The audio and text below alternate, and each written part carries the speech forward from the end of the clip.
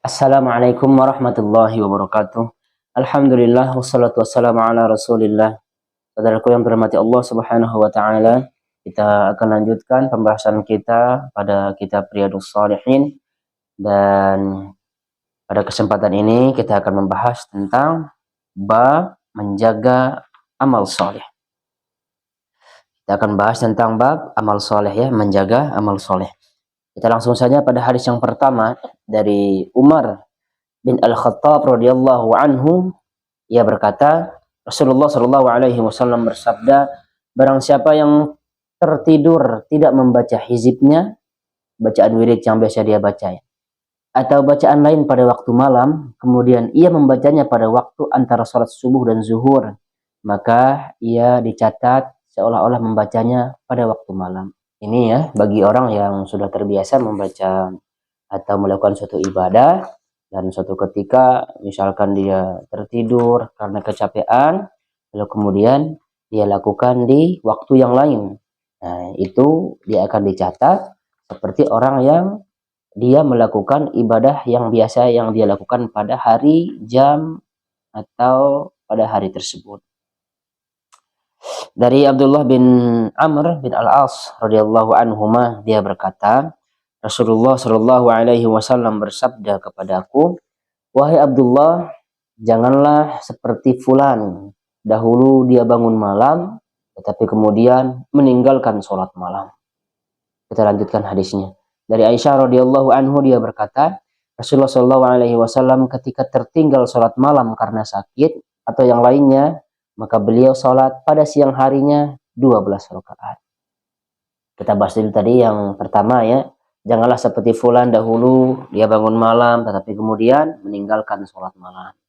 Ini yang awal-awalnya, ya, barangkali sholat 12 rakaat, terus sholat 12 rakaat, getol dia 12 rakaat, sehingga begini, semakin ke sini, mungkin karena disibukkan dengan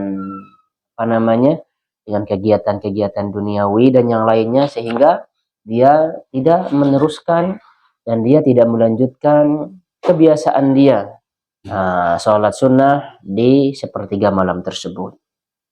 Lalu kemudian Rasulullah, kalau beliau terhalang dengan sesuatu untuk melakukan ibadah, maka beliau melakukannya di waktu yang lain, sehingga tetap itu akan tercatat bagi kita melakukan ibadah tersebut di hari yang biasa kita lakukan. Ini khususnya untuk orang-orang yang sudah terbiasa, ya, sudah terbiasa melakukan hal tersebut, lalu kemudian barangkali ada ada halangan, ya, ada halangan sehingga tidak bisa dilakukan pada saat itu. Maka hendaklah orang ini melakukan ibadah tersebut di waktu yang lain. Saya kasih contoh. Ada orang yang biasa sholat duha 2 rakaat, misal ini, ya. Nah, ini setiap hari dia sholat duha. Setiap hari dia sholat duha, lalu kemudian dia suatu hari terhalang, mungkin karena sakit atau sesuatu hal yang lainnya, sehingga dia tidak melakukan sholat duha pada hari itu. Lalu kemudian dia melakukan sholat duha pas besoknya. Nah, maka sholat duha yang dia tidak dikerjakan hari kemarin itu tetap dicatat sebagai pahala baginya. Ya. Contoh juga orang yang terbiasa sholat berjamaah, dia tidak pernah tertinggal sholat berjamaah. Setiap azan dia sudah persiapkan dirinya, berwudu, lalu kemudian berangkat ke masjid. Dan suatu ketika dia sakit. Nah, disebabkan karena sakitnya ini dia tidak bisa sholat berjamaah, maka Allah Subhanahu wa taala mencatat baginya pahala sholat berjamaah. Dikarenakan apa? Karena kebiasaan dia tersebut, kebiasaan dia sholat berjamaah. Begitu juga dengan orang yang sudah terbiasa sholat tahajud. Orang terbiasa sholat tahajud, lalu kemudian satu ketika dia sakit dan ingin sekali sholat tahajud tetapi dia tidak bisa, maka insya Allah Allah akan mencatat baginya pahala tahajud yang biasa yang dia kerjakan setiap harinya.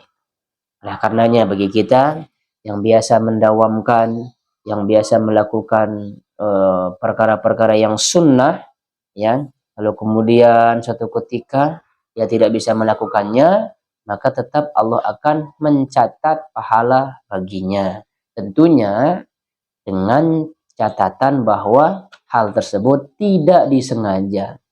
Tidak disengaja ya, karena jangan sampai seperti hadis yang tadi. Jangan seperti si fulan yang tadinya dia biasa sholat sunnah, lalu kemudian kesini sudah tidak pernah lagi. Begitu juga dengan bacaan-bacaan pada setiap malam dia tertidur. Ya, dia senantiasa membaca doa sebelum tidur itu kan dia berwudu, misalnya dia berwudu lalu kemudian dia berzikir sebelum berwudu itu dan membaca doa sebelum tidur dan yang lainnya. Nah, lalu kemudian satu ketika mungkin karena dia kecapean kerja, tiba-tiba dia tertidur tanpa membaca doa sedikit pun, tanpa berzikir sedikit pun. Dan ini tidak disengaja olehnya. Ini disebabkan karena keadaannya barangkali pada saat itu terlalu capek. Nah, lalu kemudian dia rebahan sebentar, ternyata dia tertidur. Lalu kemudian dia bangun, dia ingat ternyata dia tidak membaca doa sebelum tidur. Dan insya Allah hal seperti ini tetap Allah akan mencatat baginya pahala sebagaimana yang biasa yang dia kerjakan sebelum-sebelumnya. Inilah ya Islam, Masya Allah. Allah Subhanahu wa Ta'ala tidak menyia-nyiakan, usaha kita. Allah tidak menyia-nyiakan apa yang kita lakukan, dan Allah juga tidak akan menyia-nyiakan niat kita, ya, niat kita yang kuat, tekad kuat. Misalkan malam ini saya tahajud, sudah setel alarm dan yang lainnya, tapi qadarullah tidak bangun-bangun. Ini tekadnya kuat ini. Tapi bukan hanya sekedar di lisan saja, tapi benar-benar tekadnya yang kuat, dia ada usahanya untuk bangun. Lalu kemudian ternyata tidak bangun juga, insya Allah dicatat baginya pahala tahajud. Itu dia catatannya tadi ya, tapi benar-benar, bukan hanya sekadar di lisan saja. Tapi yang namanya benar-benar, insya Allah kita akan bangun.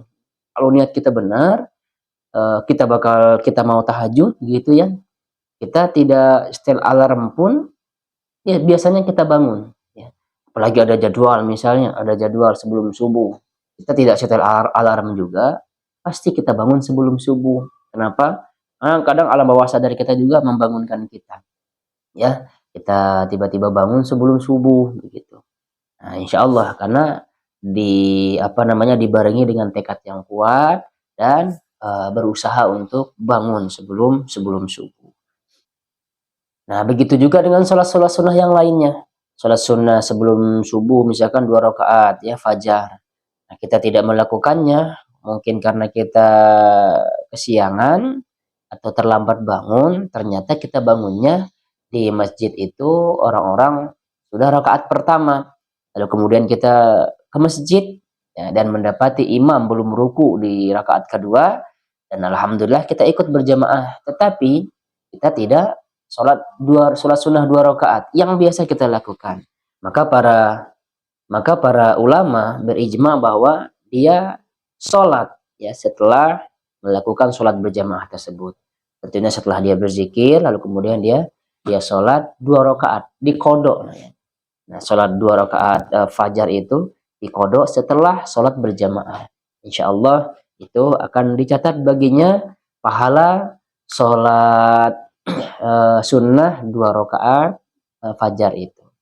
Saudaraku yang terhormati Allah Subhanahu wa Ta'ala, tentunya dalam hal ini saya sarankan setiap dari kita mempunyai amalan-amalan sunnah yang kita dawamkan.